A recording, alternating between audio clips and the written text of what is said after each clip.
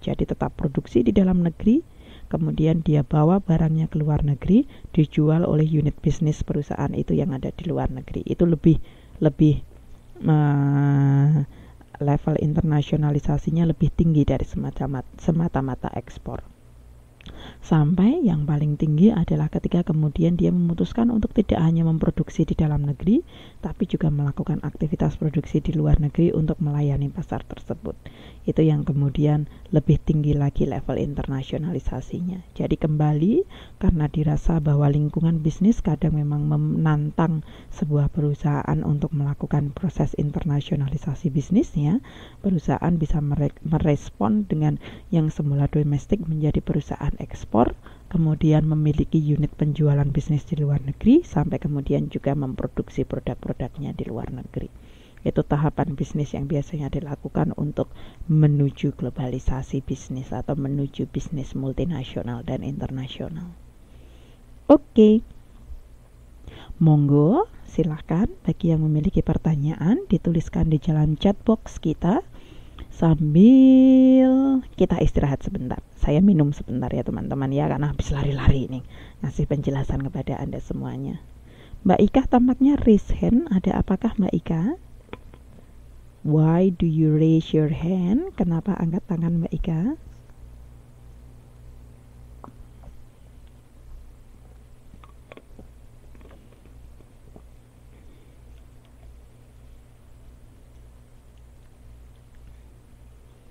Lisensi. Mbak Yulis menanyakan apa yang dimaksud dengan lisensi. Saya tidak perlu lari-lari kemana-mana, saya kembali lagi ke dalam modul kita. Apa yang dimaksud dengan lisensi? Kasih saya waktu sebentar untuk mencarikan bagi Anda apa yang dimaksud dengan lisensi.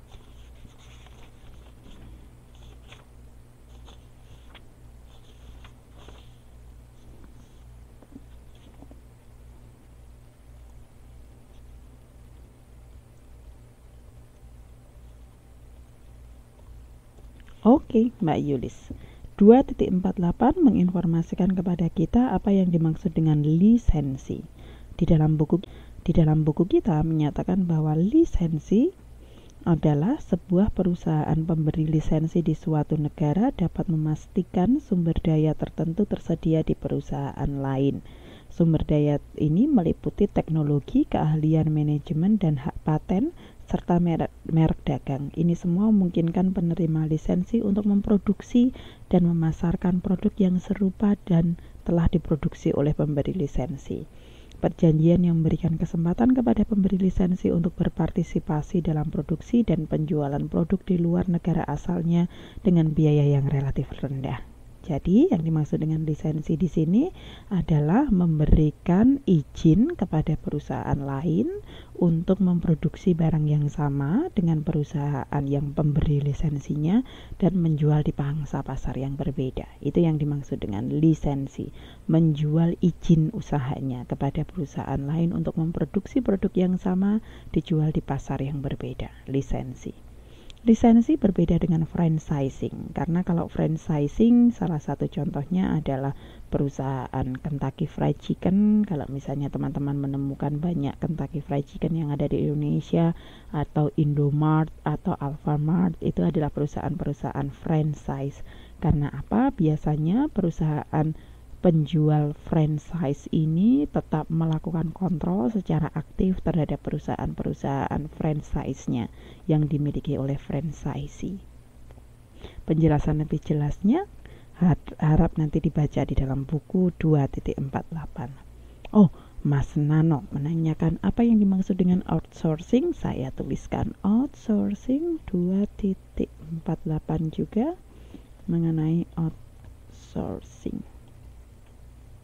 Nah, outsourcing adalah melakukan pembagian tenaga kerja secara internasional sehingga proses manufaktur dapat dilakukan di negara yang memiliki sumber tenaga kerja dan pasokan paling murah. Jadi outsource, out itu luar, source itu sumber. Jadi kalau dari katanya sumber dari luar.